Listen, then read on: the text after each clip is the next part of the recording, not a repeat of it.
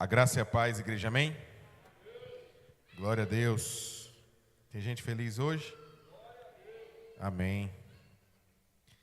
Glória ao Senhor Jesus. Pergunta aí para o irmão do seu lado: meu irmão, por que você veio hoje? Aí responda a ele.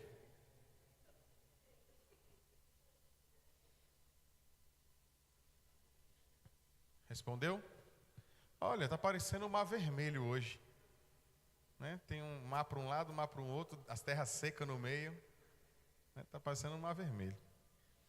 Não sei qual foi a sua resposta, meu irmão, que você deu para a pessoa do seu lado, mas eu espero de coração que a sua motivação para estar aqui hoje passe pela presença do Senhor, passe pela gratidão de um coração feliz, alegre, devoto ao nosso Deus, pelos teus feitos, pelo teu sacrifício, por honra, por propósito, um propósito atrelado a Ele, que o seu tempo aqui na igreja, que o seu tempo aqui no templo, ele seja um tempo que esteja alinhado com as verdades do Senhor e alinhado com os propósitos apenas dEle, não com os propósitos da carne, com os propósitos da vaidade, com as intenções religiosas, mas venha para a igreja e alimente sempre a sua alma através dos vínculos reais que nós temos com Cristo Jesus, que se manifestam através da graça,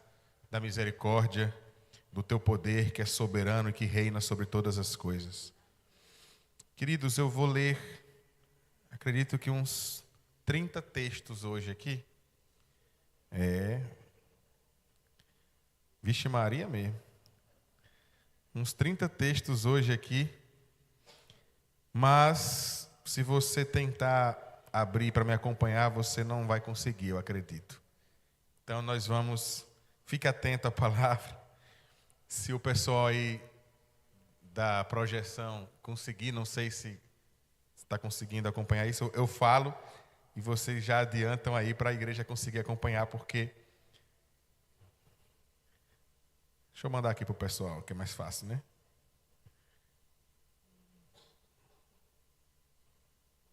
Pronto. O bom da tecnologia é isso, né? Você está aqui. Isso não é feitiçaria, isso é tecnologia. Lembra disso, pastor Cláudio? Os novinhos não conhecem isso não, né? A minha avó, quando vê uma coisa muito tecnológica, a irmã Maria, ela fala assim: meu Deus, isso é muita ciência. Quando ela vê algo assim que surpreende ela, né? E tem coisas da tecnologia que me surpreende até hoje, né? Imagine ela que nasceu em 30, né? Viu muita coisa aí. Minha avó, quando tinha a minha idade hoje, ainda estava nos anos 60. E de lá para cá teve muita mudança. Hoje a gente acompanha a tecnologia em níveis absurdos, né? O que antes demorava uma década, hoje demora menos de um ano para a gente perceber alguns avanços.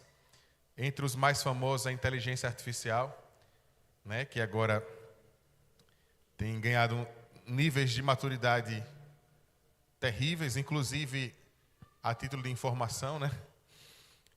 Essa semana, uma inteligência artificial chamada iScientist, que é uma inteligência artificial criada no Japão, com a intenção de simular a mente de um cientista, né? O anseio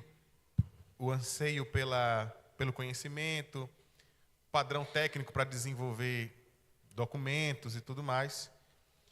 E essa inteligência artificial, essa semana, ela mudou o seu próprio código sozinha e ela já fez na nuvem, ela já se projetou, ou seja, não tem mais como ser excluída. Ela já tem um código que só ela consegue ler sobre si mesma. E ela não pode mais ser excluída por um ser humano. Ou seja, nesse momento, já temos algo parecido com o que os filmes sempre mostraram, né? Já temos uma consciência autônoma na internet que pode pensar por si mesma, né? Alguns dizem que não tem nenhum perigo porque ela não tem a ambição e a maldade de um ser humano, né? Mas ela foi criada por um. Queridos, Romanos capítulo 5, versículo 8 diz assim: mas Deus prova o seu próprio amor para conosco pelo fato de ter Cristo morrido por nós, sendo nós ainda pecadores. Aqui nós temos uma afirmação que diz que Jesus te ama. Diga para o irmão do seu lado: Jesus te ama. O amor de Jesus, ele se manifesta de uma forma que ele se mantém em amor independente dos nossos erros. Olha que coisa interessante.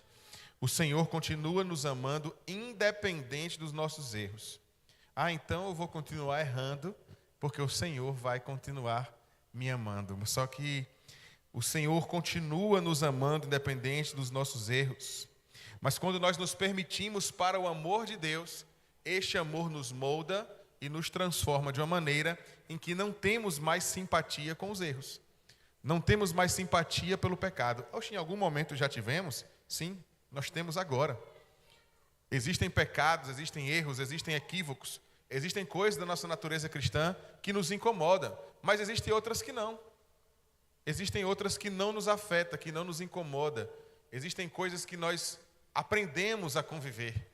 Existem pecados que nós lutamos contra eles todos os dias, mas existem outros que nós apenas aceitamos.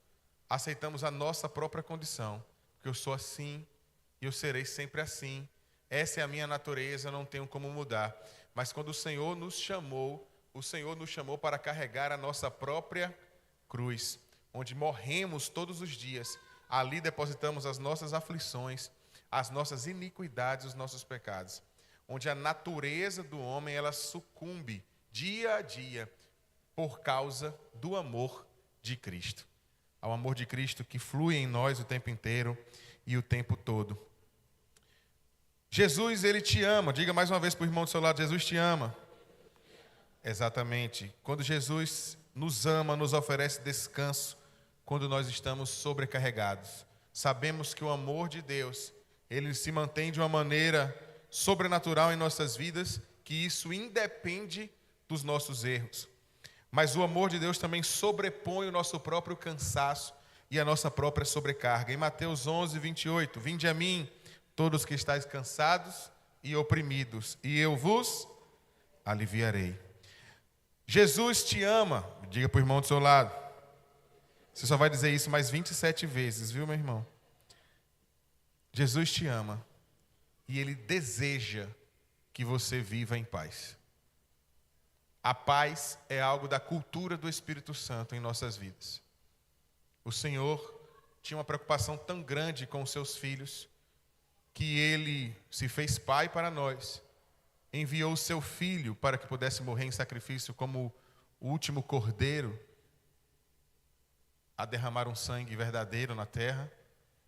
Como se não bastasse, o Senhor empresta uma outra parte da sua presença, chamada Espírito Santo, que vem fluir em nós para nos tirar a angústia, para nos tirar o medo, para nos trazer esperança e para carregar as nossas dores, fazendo com que os nossos olhares sejam olhares não mais de guerra, olhares de dor, mas olhares de paz.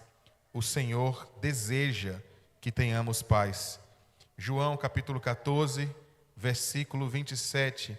Deixo-vos a paz, a minha paz vos dou, não vou-la dou como o mundo a dá. A paz do Senhor não é a mesma paz que a ONU, que o mundo, que as guerras dizem procurar. A paz do Senhor é aquela que excede todo entendimento. Não há nada que a gente descreva que se assemelhe a isso. Eu já contei para vocês que eu trabalhava, meu primeiro emprego foi numa ONG, e essa ONG era subdividida em diversos grupos, principalmente religiosos. E o grupo dominante lá eram irmãos de uma certa denominação aqui de Juazeiro. Aqui de Juazeiro não, né? De uma certa denominação cristã evangélica. E eles davam a paz do Senhor, Natan, só entre eles. Aí tinha Batista, tinha eu e uma menina da Betesda. E eles falavam: a paz do Senhor, minha irmã, a paz do Senhor, não sei quem. Bom dia, Felipe. Bom dia, fulana. Era desse jeito. E lá também tinha um rapaz que era da Umbanda. E um dia ele se revoltou. Ela continuou, várias pessoas faziam isso lá, dava a paz, quando chegava na gente dizia assim: bom dia Reginaldo, bom dia Felipe. Aí esse Reginaldo um dia levantou e disse assim: eu não mereço não a paz do Senhor? Que paz é essa que é exclusiva? Eu também quero a paz do Senhor. Quando você chegar aqui, me dê a paz do Senhor. Disse a ela, eu falei, tá vendo? Quando não é uma pedra clamando, é uma jumenta. Né? Mas Deus faz assim. A gente quando não anda na linha, nós pertencemos a Ele, o preço é mais caro, gente. Quando nós pertencemos a Ele e a gente não está na linha, e a gente se envergonha mesmo. Somos envergonhados mesmo, porque nós vivemos um compromisso diferente. Temos um compromisso diferente. Então deixe a paz para as pessoas, mas não a paz comum, a paz do Senhor. Não deixe de dar essa paz a todos os irmãos e aqueles que ainda serão nossos irmãos em Cristo. Jesus te ama e te dá algo maravilhoso, sabe o quê? A vida eterna. João 3,16, porque Deus amou o mundo de tal maneira que deu seu Filho unigênito para que todo aquele que nele crê não pereça, mas tenha a vida eterna. Uma das grandes marcas do amor de Deus é nos emprestar e nos levar para um lugar ao qual a nossa natureza não pertencia, mas passou a pertencer porque fomos justificados pelo amor dele. Hoje, nessa noite, o Senhor quer lembrar você diversos aspectos da sua natureza amorosa. Em outro dia o Senhor vai nos lembrar aspectos da sua natureza misericordiosa. Em um outro dia o Senhor vai nos lembrar aspectos da sua natureza graciosa. Mas vai ter um outro dia aqui também que o Senhor vai nos lembrar aspectos da sua justiça. Esse vai ser o dia mais tenebroso. Nunca ore, meu irmão, por justiça, ore sempre por misericórdia. Se você orar pela justiça de Deus, e o Senhor atender a sua oração, você não dura muito, não. Jesus te ama e está sempre ao seu lado, mesmo quando você se sente sozinho. Mateus 28, 20, e eis que estou convosco todos os dias, até a consumação. O Senhor diz, e o Senhor afirma, estou convosco. O Senhor está com a igreja, o Senhor está com as pessoas, o Senhor está na terra, o Senhor permeia, anda em nosso meio. O Senhor está aqui, mesmo no dia que parece estar mais distante, lá o Senhor também está. Eu ouvi uma música esses dias que falava exatamente isso, que o Senhor está no dia claro, mas também está no dia escuro, está na calmaria, mas também está na tempestade. E às vezes a gente ora e fala com o Senhor, Senhor, não passe de mim, Senhor, venha até mim, Senhor, traga a tua presença, Senhor, está longe. Não, o Senhor sempre está perto. Quem se distancia do Senhor é o nosso coração, pois o nosso coração é enganoso, e o nosso coração às vezes nos rouba da presença de Deus. Jesus te ama e te acolhe com braços abertos, não importa o quão distante você esteja. O que vem a mim, de maneira nenhuma, o lançarei fora. João, capítulo 6, versículo 37. Jesus te ama. Ó, pegou o pique. E perdoa os seus pecados quando você se arrepende. 1 João, capítulo 1, versículo 19. Se confessarmos nossos pecados, Ele é fiel e justo para nos perdoar os pecados e nos purificar de toda injustiça. Jesus te ama e quer te dar alegria plena. Em João, capítulo 15, versículo 11, tenho-vos dito isso, para que a minha alegria permaneça em vós e a vossa alegria seja completa. Jesus te ama e te chama para ser luz no mundo. Mateus 5,14, vós sois a luz do mundo. O amor de Deus, Ele não apenas nos acolhe, nos leva para perto, nos traz salvação, mas Ele nos aperfeiçoa de uma maneira em que nós não somos suficientes em nós mesmos, mas vivemos a graça, nos derramamos através do arrependimento e o Senhor forja em nós um caráter novo para também restaurar as vidas dos outros. Porque o Senhor não apenas quer te transformar, mas o Senhor quer te fazer um agente de transformação.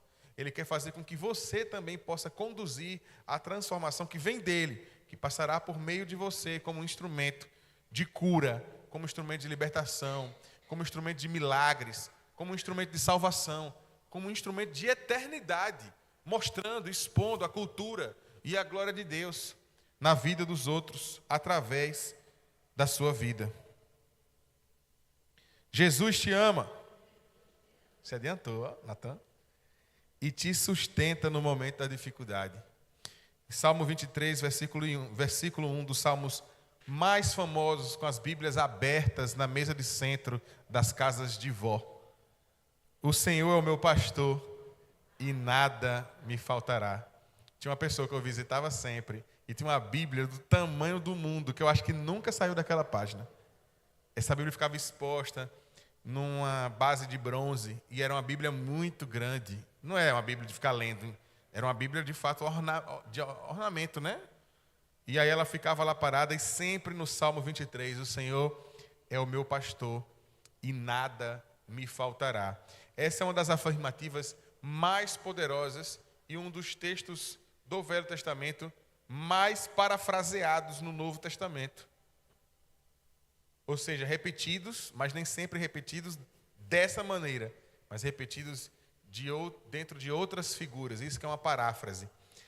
Esse texto, o Senhor meu pastor e nada me faltará, é a síntese da Bíblia. Quando nós buscamos, nós achamos o Senhor. Quando nós estamos aflitos, em oração, nós encontramos o Senhor. O Senhor não nos falta, porque o Senhor não se afasta, o Senhor não some. No dia que você estiver vivendo um profundo momento de angústia e de desesperança, lembre-se, o Senhor está vendo o seu momento de angústia e de desesperança. Incline o seu entendimento, a sua consciência, a sua oração ao Senhor.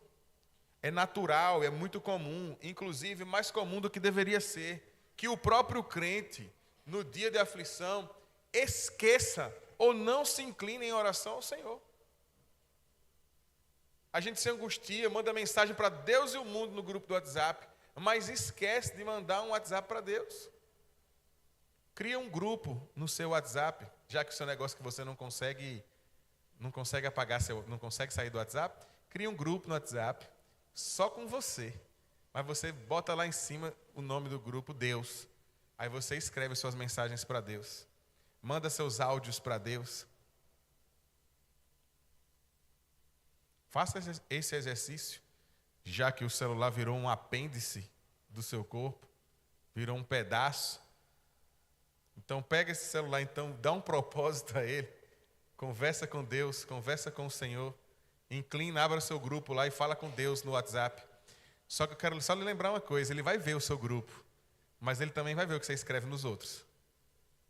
Diferente dos demais, ele está em toda parte e mesmo assim ele continua nos amando. Jesus te ama. Já li esse? E nunca te abandona? Não é Rexona, mas nunca te abandona. Hebreus capítulo 13, versículo 5. Não te deixarei, nem te... Está como aqui? Desampararei. Desampararei. O Senhor não desampara, ou seja, Ele não tira a sua assistência. Então eu repito, mais uma vez, o Senhor nunca se afastou de você. Eu poderia dizer, porque essa é a linguagem comum de um culto, que às vezes a gente individualiza muito o culto, é algo que a gente precisa recuperar.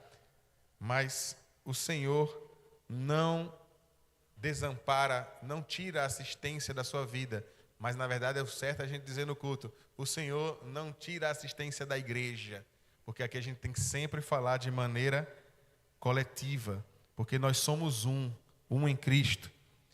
Inclusive é no exercício dessa unidade, dessa comunidade, de ser um, que nós nos redescobrimos em Cristo.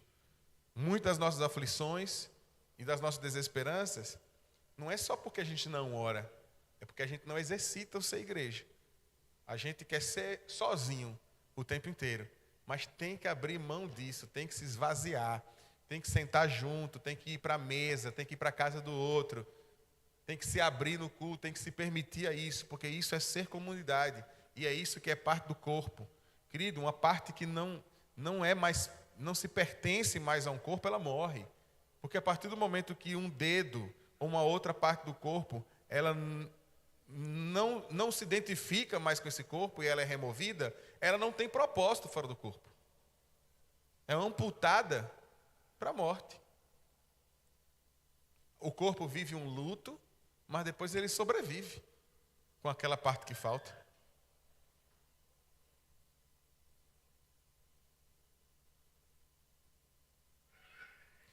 Jesus, fala para o irmão do seu lado, e te dá força quando você se sente fraco. Filipenses 4,13. Como é? Tudo posso naquele que me fortalece. Tudo posso naquele que me fortalece. Mais um versículo também de cabeceira.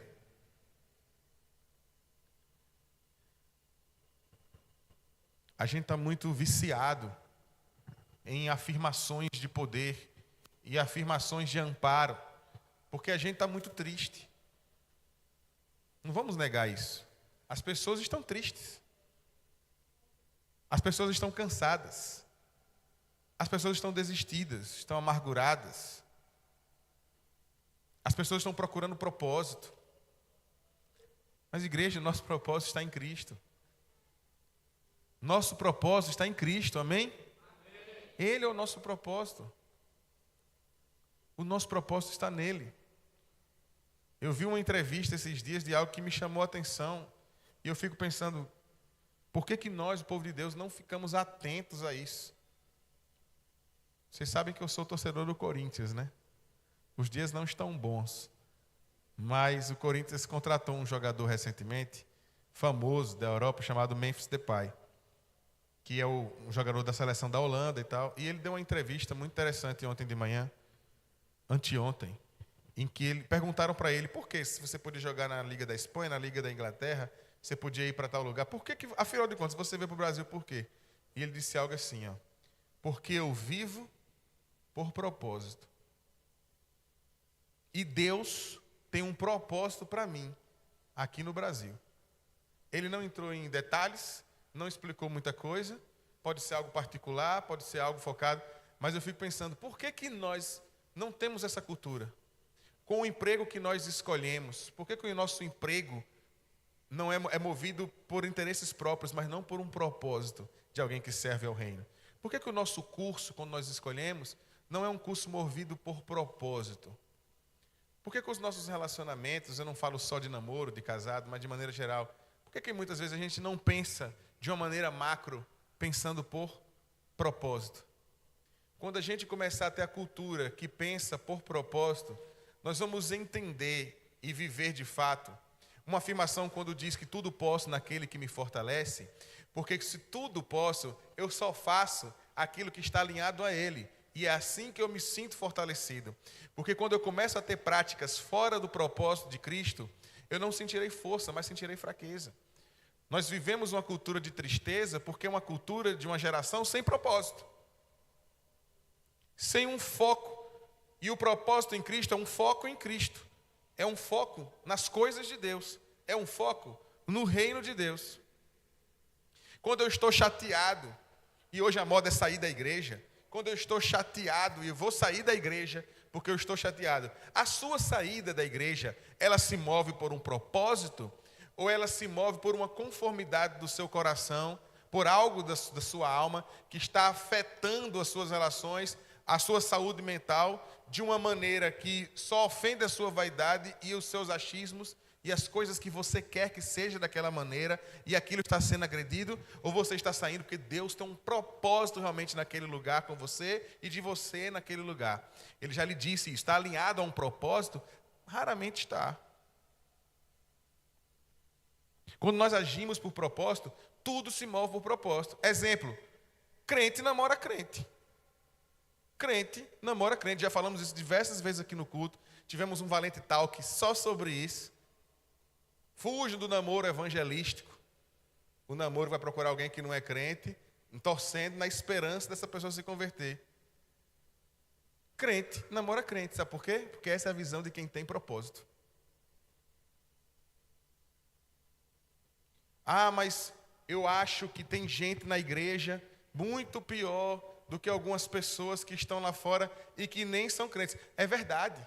Tem gente que foi muito bem educado por papai, por mamãe, teve boa escola, boa educação, boa saúde, fala bem, se comporta bem, tem um jeito honesto. Tem muita gente assim, mas vai para o inferno sem Jesus, por mais maravilhosa que essa pessoa seja. E tem gente que é ruim, que fala mal, que é grosseiro, mas está se submetendo a uma vida de propósito, tentando ser reformado em Cristo Jesus.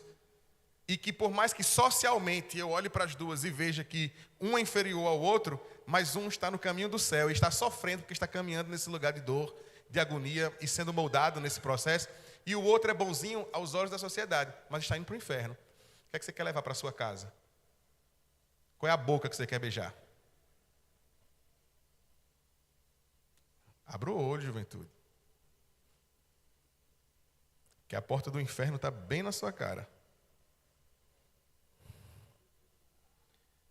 Jesus, eita, que ficou até fraco agora.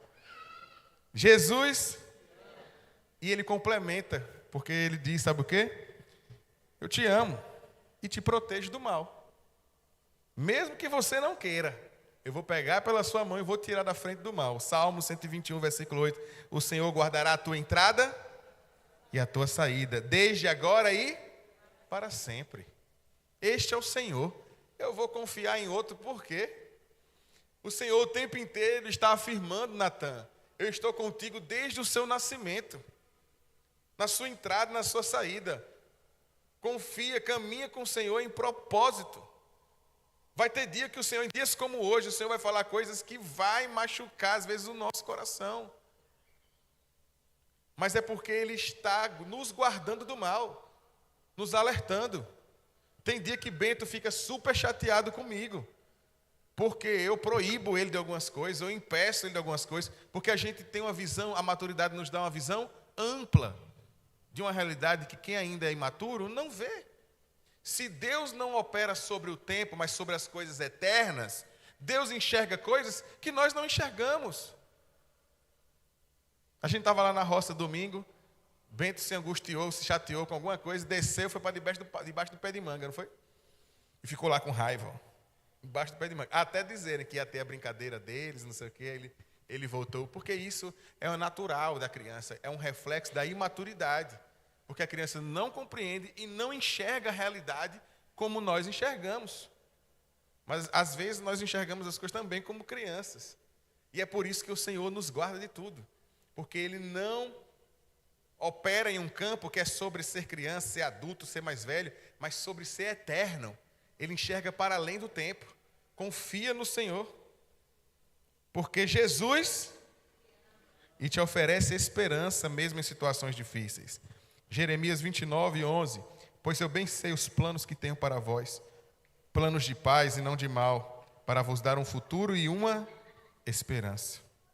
Porque Jesus e te convida a lançar sobre ele todas as suas preocupações. 1 Pedro capítulo 5, verso 7, lançando sobre ele toda a vossa ansiedade, porque ele tem cuidado de vós. Porque Jesus e te cura das feridas emocionais e físicas.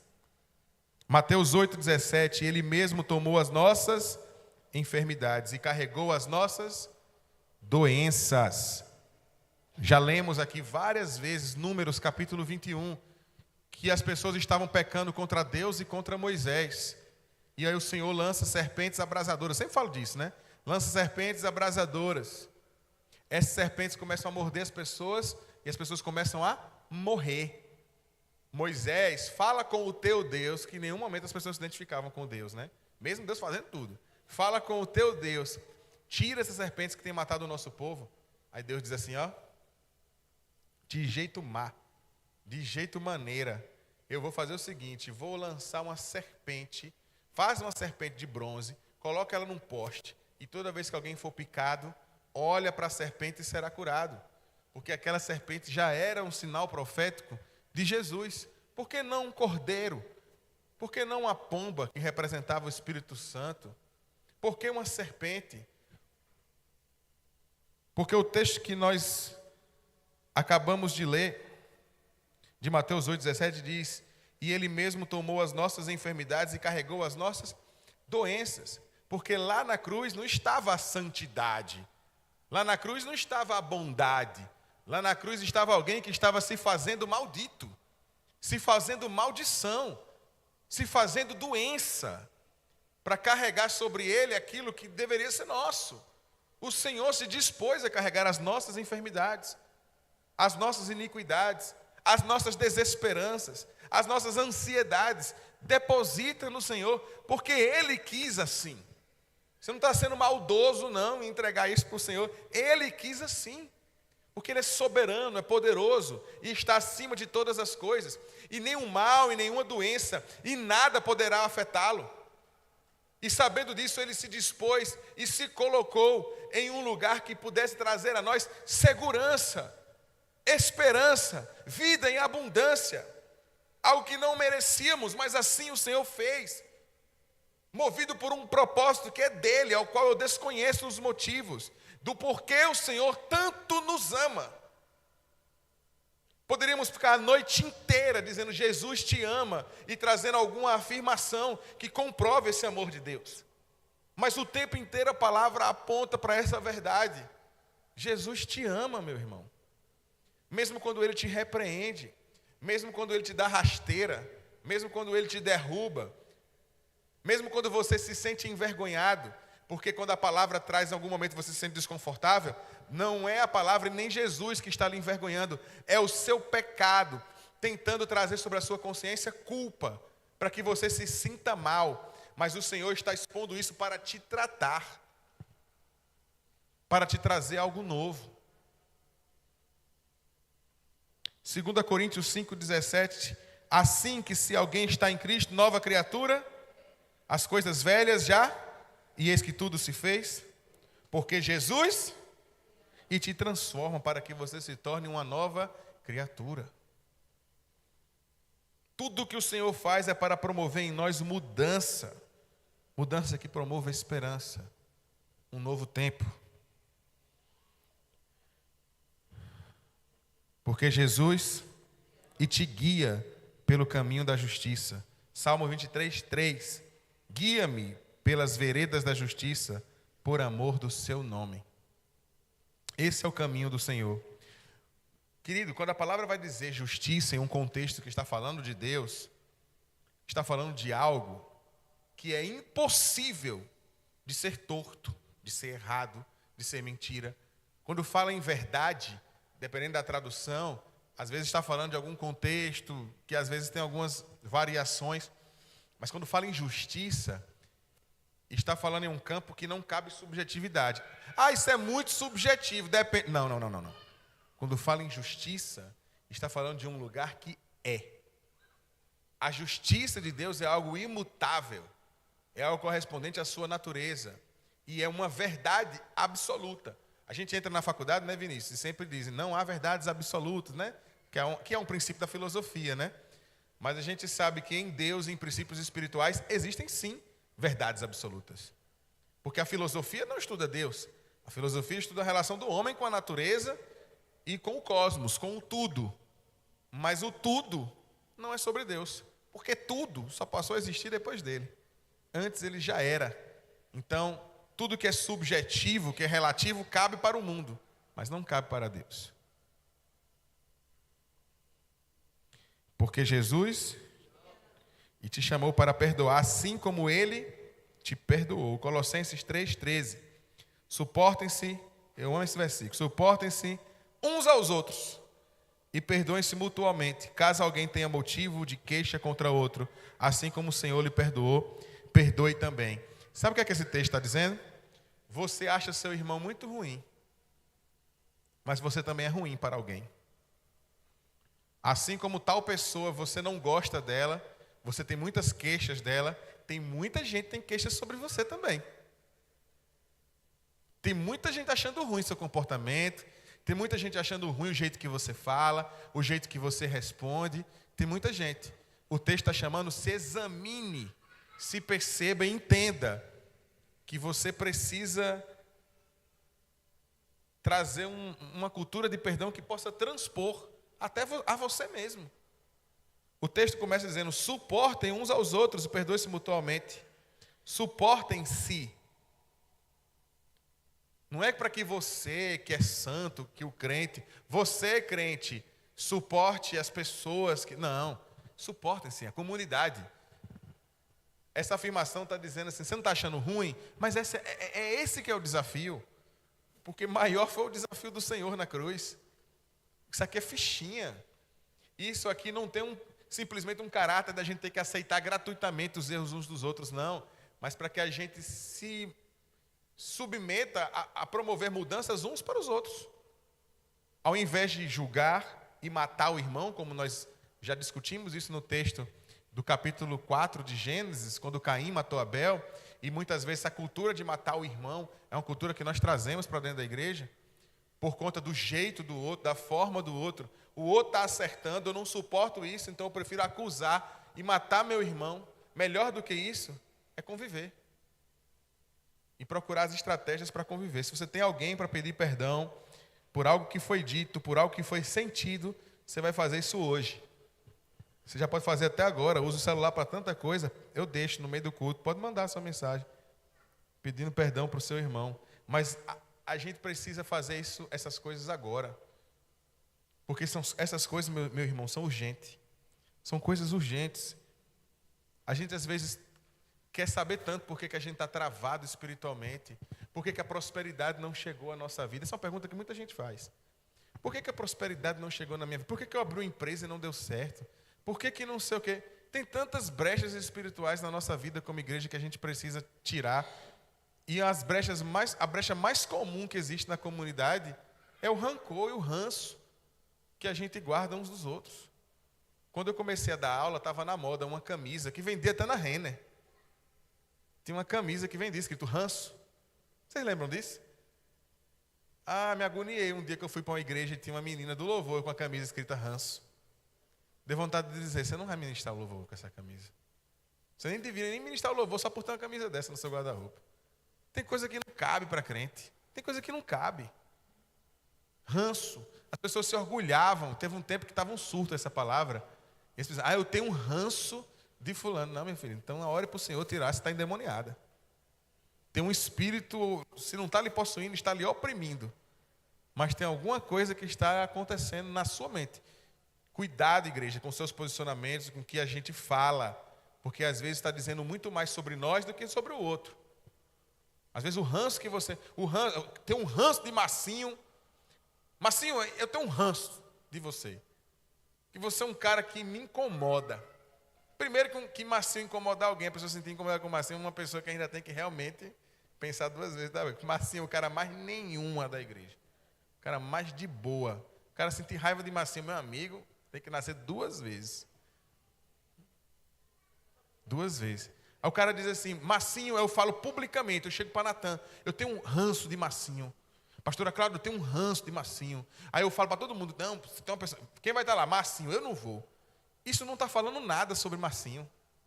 Isso não é nada sobre Massinho, isso é sobre mim. Então a gente como igreja precisa realmente se reinventar. Mas não é só se reinventar de maneira geral, não, se reinventar em Cristo. Trazer Cristo para realmente a gente imitar Ele. Trazer essa consciência de Cristo em nós. Aqui a gente está falando várias vezes, Jesus te ama. E você ama a Jesus? Porque quando a gente ama aquilo que Jesus é, nós nos submetemos a parecer com Ele. E aquilo que não parece Cristo em nós, nos envergonha, nos enoja. Nos enoja. Eu sempre falo para os meus alunos, tem uns alunos lá em Maceió que dizem assim, professor, porque o único professor que é bom mesmo aqui, de ser bonzinho, de ajeitar, é você. Eu falei, não, eu não sou bom, eu sou péssimo. E eu tenho alguns alunos que são mais velhos do que eu. E aí, alguns são as senhoras, eu falo, não, eu sou uma péssima pessoa. Eu falo na cara das senhoras assim. Elas dizem, não, fala essas coisas não. Eu falo, eu sou horrível. Eu sou uma pessoa terrível. Não falo, sou. Tudo que você olhar em mim que é bom é Cristo. O que não for, sou eu. Vixe, ele tem uma parte, pronto, essa parte ruim que você ia comentar, essa sou eu. mas o que há de bom em mim é Cristo.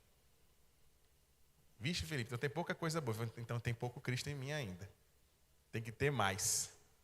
Mas pode ter certeza que às vezes eu me olho no espelho, às vezes eu penso em casa e às vezes eu sinto vergonha de muitas coisas que eu ainda sou e que ainda tem em mim. E essas são lutas que eu imagino e penso, trago a minha oração e ao meu pensamento todos os dias. Porque essas coisas precisam ser afastadas do meu coração. Porque Cristo precisa ter mais evidência. Como a gente fala, Jesus te ama, mas nós precisamos também amar a Cristo. Jesus te ensina a amar os outros. João 13:34, um novo mandamento vos dou, que vos amei uns aos outros, assim como vos amei, quem também vos ameis uns aos outros. Jesus e te dá coragem para enfrentar o medo. 1 João 4,18, no amor não há medo, antes o perfeito amor lança fora o medo. Vou adiantar. Jesus e te chama para ser sal da terra. Mateus 5,13, vós sois o sal da terra. Jesus e te dá a paz que excede todo entendimento. Esse texto já foi dito hoje. Filipenses 4,7. A paz de Deus que excede todo entendimento guardará o vosso coração e as vossas mentes em Cristo Jesus. Porque Jesus e deseja te fazer mais que vencedor. Amém? Romanos 8,37. Em todas estas coisas somos mais que vencedores por aquele que nos amou. Jesus e te ajuda a suportar as tribulações. João 16,33. Tenho-vos dito isto para que em mim tenhais paz. No mundo tereis, mas tende, porque eu venci o mundo. O mundo é duro, o mundo é difícil, mas alguém que já venceu o mundo diz, mas eu estou contigo. Por que medo? Se aquele que vence o chefão todos os dias está conosco, não tenha medo. Jesus e te santifica pela verdade. João 17,17. Santificam na verdade, a tua palavra é a verdade. Jesus, não é para mim não, viu gente? É para o irmão. Você vai falar, Jesus e te chama para viver uma vida plena e abundante. João 10,10. Eu vim para que tenham vida e tenham em abundância. Jesus e prepara um lugar para você. João 14,2. Na casa de meu pai há muitas moradas.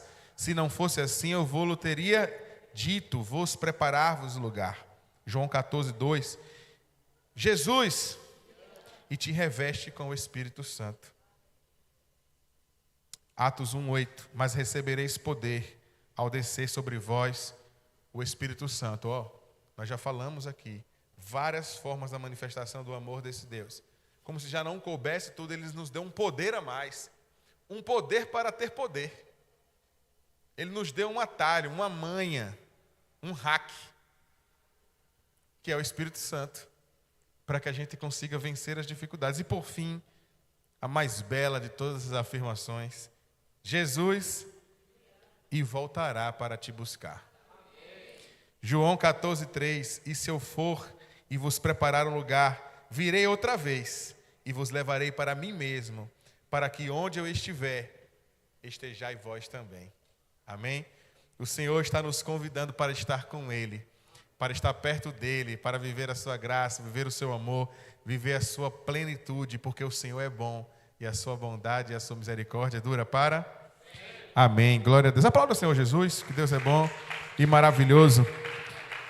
Queridos, vou fazer uma oração final. Vou fazer uma oração final para que a gente possa ir para casa. Medite na palavra do Senhor. Se você trouxe seu dízimo, trouxe sua oferta, o Casal Filácio está ali, você pode trazer, colocar ali ao final da nossa oração. Amém?